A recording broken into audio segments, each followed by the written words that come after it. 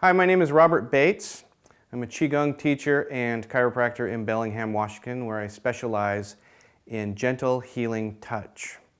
I first came to Qigong because I was really tired from overexertion and lots of work at college, and I'd done a lot of work in the summers in the woods, digging ditches and running chainsaws, and done hard-style karate and lots of hard exercise. And I was just exhausted, and I was like my mid-20s, and it just didn't make any sense. Well, I discovered Qigong after a long search and found that it re-energized me, and I've used it to re-energize me more and more throughout those years. I really needed Qigong, and I think a lot of people today could use Qigong for re-energizing and healing their bodies. So Qigong is a very valuable art, but it's especially easy to take up. Unlike many other pursuits, you start feeling results right away. Even though you feel the results right away, you can also just keep gaining and learning and growing and sinking deeper into better results for years on end. Qigong is a Chinese word, so it might be hard to pronounce for English-speaking people. Qigong or Qigong or Qigong, or I've heard other ones as well. But it's actually pretty easy to learn.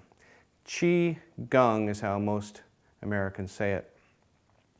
So in this video, I'm going to be exploring a set called the Delightful Dozen, and we're going to be learning principles. I'll be teaching all these principles that you can use and you can practice with to learn how to do your Qigong really well. A lot of DVDs or teachers, maybe they have you do the movements, but you don't really learn the principles behind the movements.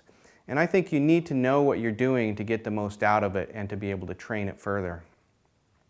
This is my second DVD in a series. The first one was the 5 Flows Qigong. You might want to go back and learn the 5 flows first. It's a simpler exercise series. But you can also start here with this one. This one is also introductory. The Delightful Dozen will expand the skills learned from the 5 flows set.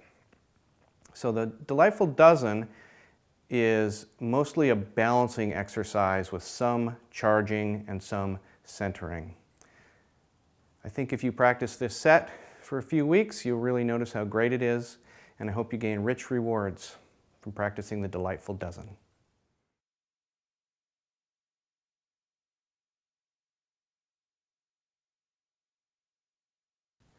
This DVD is divided into several sections. This is the introductory section where I introduce Qigong and the Delightful Dozen. In section 2, which you can skip forward to with your remote, I do an introduction of the basic moves. Section 3, I go deeper into each of the moves so you can really learn them well. In section 4, I practice the whole set all together, and you can just follow along with that in order to get the full flow and have a good practice. Once you learn the full set, feel free to practice it on your own anytime, any place that's appropriate.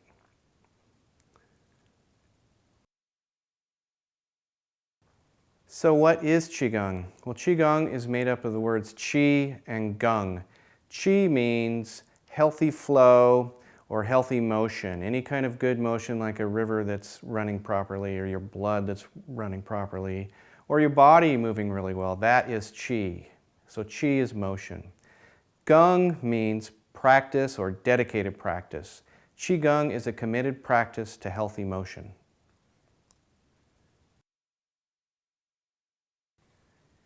So why would we practice Qigong? Well, Qigong is fun, it's easy, and it helps you feel great. It trains you to be natural and empowered in your own body.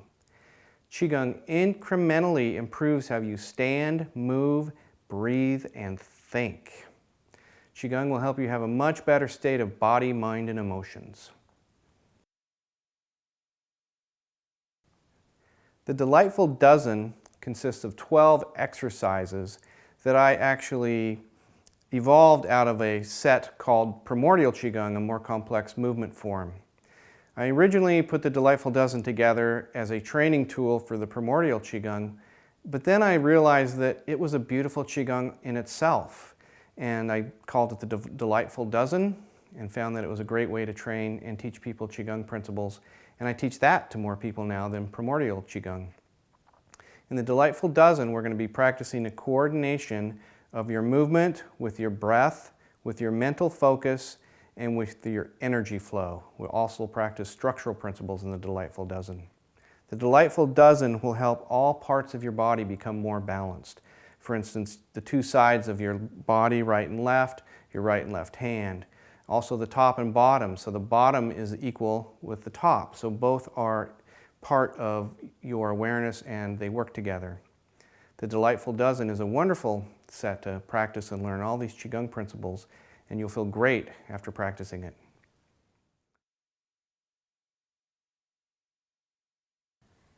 Preparing for practice. Basically for Qigong, you want to have a quiet place. If there's too much happening around, you can't relax and feel into the exercises.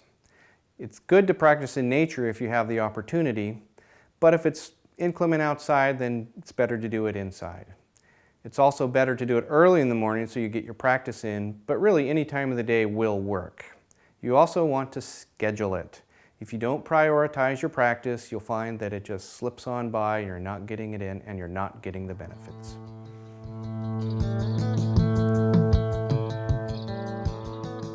Learning Qigong moves has a progression. Qigong has many layers of sophistication where you increase your depth of understanding, your breadth of understanding, and your sophistication with the exercises. So when you learn an exercise, first you get the basic idea. You just get a rough cut of it. So if we do this exercise, number 8, where I'm leaning to the right and I'm reaching out and I'm bringing my arm in, it's just a basic idea. I go to the left, arm comes out, arm comes in, come back to the center. Then you start getting more familiar, more fluid with it, and you start working on the second part, structure and movement.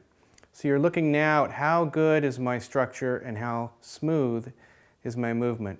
Instead of my arm way out like this, oh, it's only supposed to be here. So you start learning it more. You get really smooth with it from a mechanical standpoint.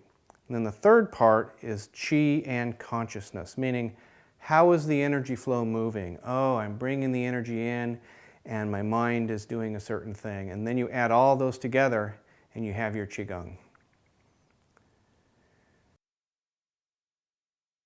There are 3 prime principles for practicing Qigong, absolutely essential for getting the most out of your practice. These principles are practice, modify, and refine. To practice means you have to practice often, daily is best, but at least a few times a week. If you don't practice, you soon lose your ability to do anything with your Qigong. To modify means you don't hurt yourself. If, for instance, we're doing an exercise and we're bending and your knees hurt, well, don't go to where they hurt. Maybe just bend a little bit. If I'm squatting down this much in the video, but you can't do that, then doing this is enough. Because if you create pain, then you create tension and you stop the Qi from flowing. To refine means you just keep working on your skill level.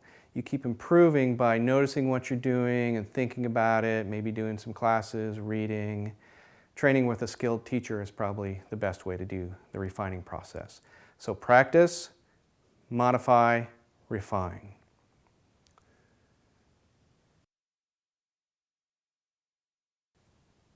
All the exercises in this set have a basic posture.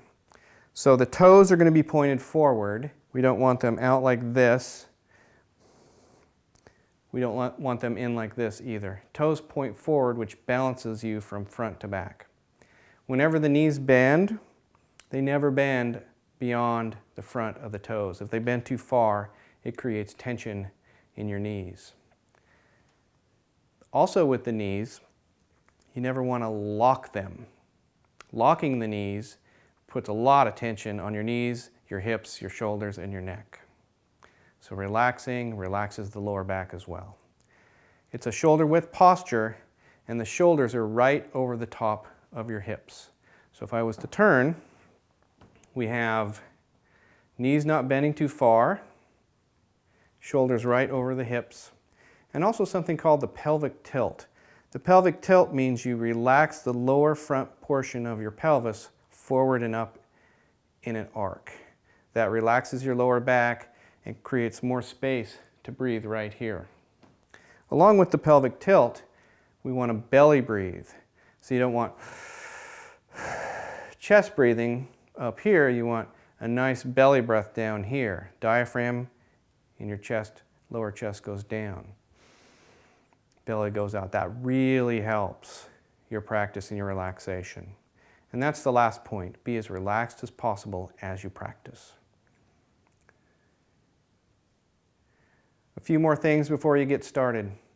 You want to do each exercise for multiple repetitions, say 12, 20, 30 repetitions. Really get into it as a groove. You want to practice slowly, doing all the movements the same speed with no hitches, no glitches, if you can help it. Not speeding up, slowing down, but all the same speed that really calms the nervous system down. You want to also practice every day and use minimal effort.